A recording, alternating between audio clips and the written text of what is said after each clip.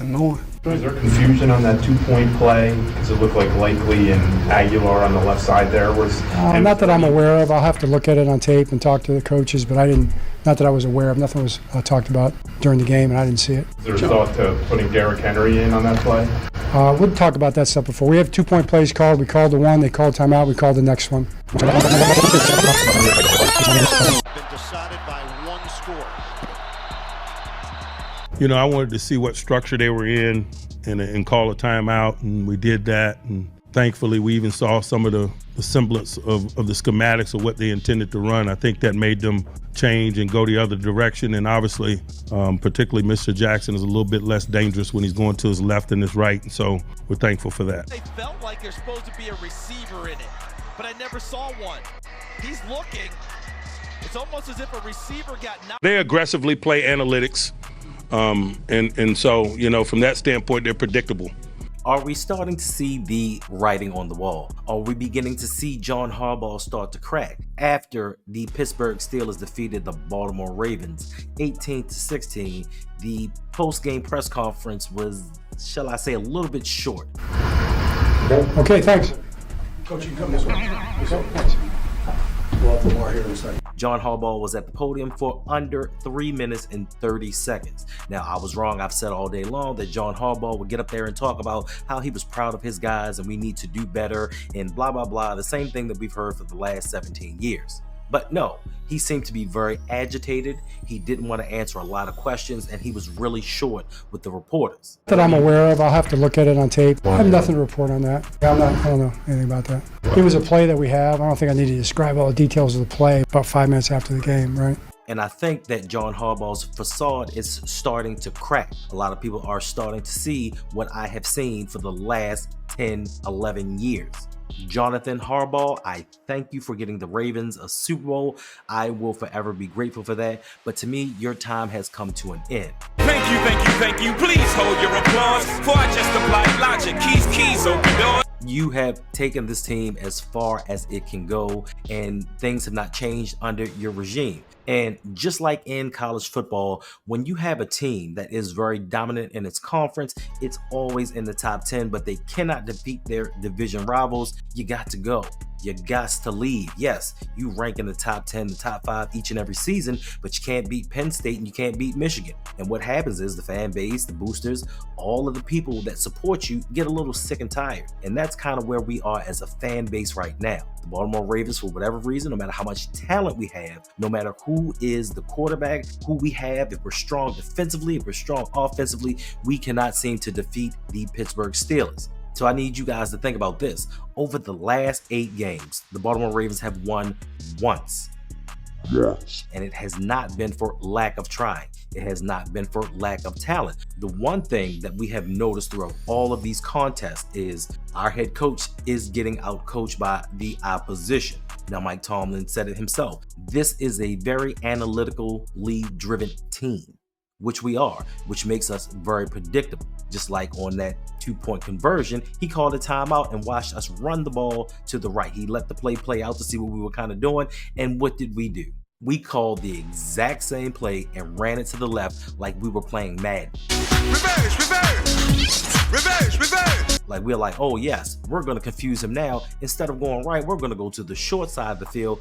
What could possibly go wrong? And no, I'm not just saying this out of my heart because I'm upset and I'm disappointed in the team losing, which I am, but I have just come to realize that John Harbaugh in the most meaningful moments cannot get it done. When the games matter the most, when they are the most important, the team is not ready to play. This team had an extra 3 days to prepare for the Pittsburgh Steelers, and they did not do it. And these are the same type of failures that we're going to see in the playoffs because we've seen it and we've done it before. It's the same old record playing the same old tune at the same time of year. And I, for one, am getting sick of it. It has been stated once before that no quarterback coach combo in NFL history, so over 100 and something years of NFL football, when you've had a quarterback and a coach combination that have been together for more than 5 years, they have never won a Super Bowl together. And this is Lamar Jackson and John Harbaugh's 7th season. And we're still seeing the same things over and over from this head coach. This team's lack of discipline is nauseating to me.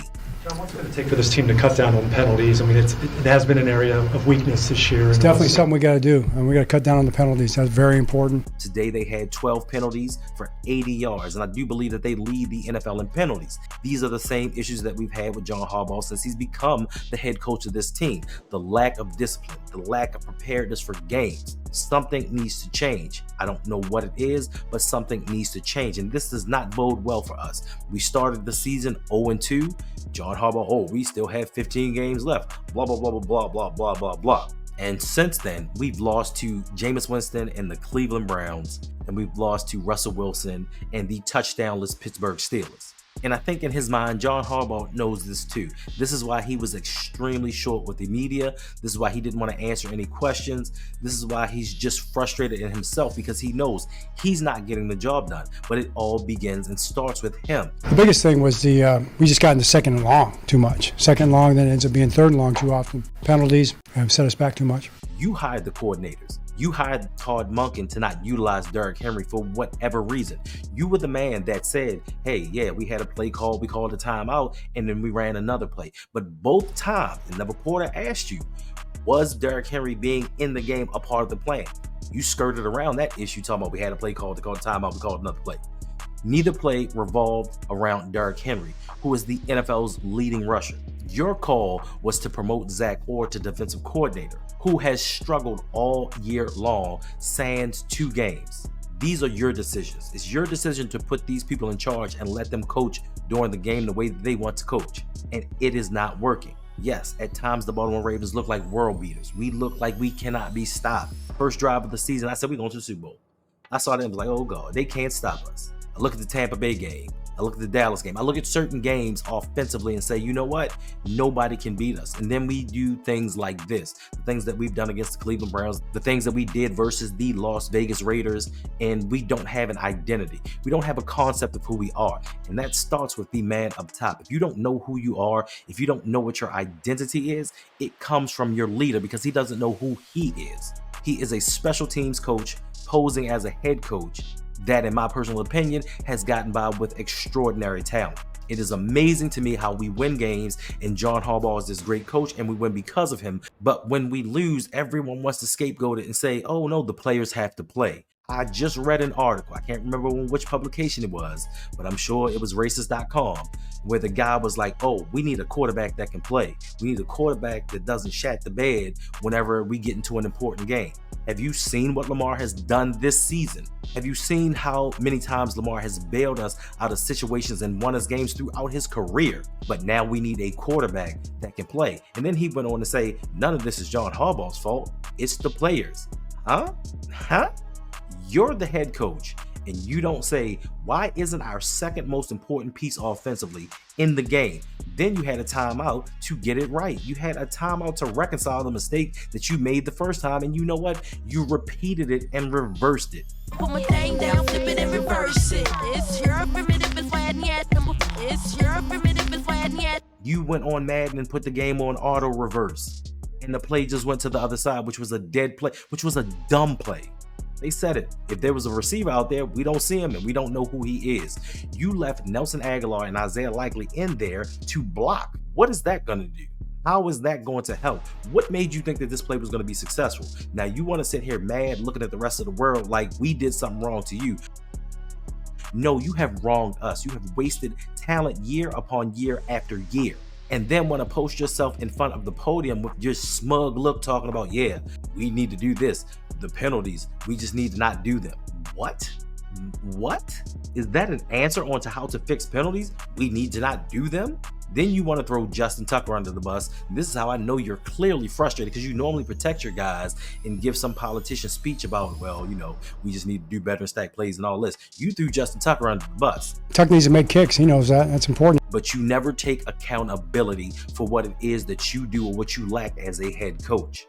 You are also the guy that loves to stick with your players. If they're in your good graces, they get to play regardless if they can play. Falalele should not be a guard in the NFL.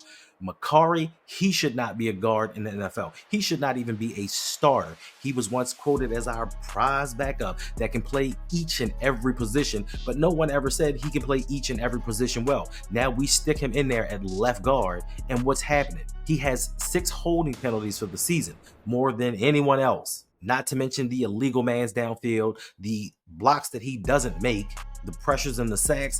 He's not good, but you continue to play him because you got something against Ben Cleveland. You insert him in the game for a little bit, we got a touchdown. Wow, how does that work? So you and your ego are destroying this team, and people are starting to slowly see this. I've seen this for the longest time. For the longest time. Whoa. You may be a good head coach. To me, you're not a great head coach. You can take the Ravens to a certain point, but you cannot get us over the hump. You cannot even beat your division rivals. Somehow, some way, Mike Tomlin sits back just comfortably. You see him not panicking, walking up and down the sideline, just like, don't worry, guys, we're going to win it in the end. They're going to make a mistake because I know exactly what they're going to do. They aggressively play analytics. And so, from that standpoint, they're predictable. And we do it each and every time. And you can't tell me it's on the players because we've had so many different cast of characters. We had so many different offensive coordinators, but we still suffer from the same affliction. And it is called Jonathan Harbaugh. And I do not apologize for being this upset or just sounding like, oh, it's all John Harbaugh, it's all Harbaugh's fault. It's not all Harbaugh's fault, but it's the majority of his fault. A lot of the blame falls at his feet, and by him not taking accountability for this is what's causing a lot of the issues. Him not looking within with some retrospection and saying, what's wrong with me? How can I be a better coach? Therein lies the problem, because you don't want to fix yourself and you feel like you've done everything that you needed to do and you are comfortably on your level, not needing to fix anything. It's everybody else. The first thing you need to do is admit the problem. The second thing you need to do is address the problem. But we cannot do these things until you admit what is wrong with the Baltimore Ravens. And unfortunately, John Harbaugh, it is you.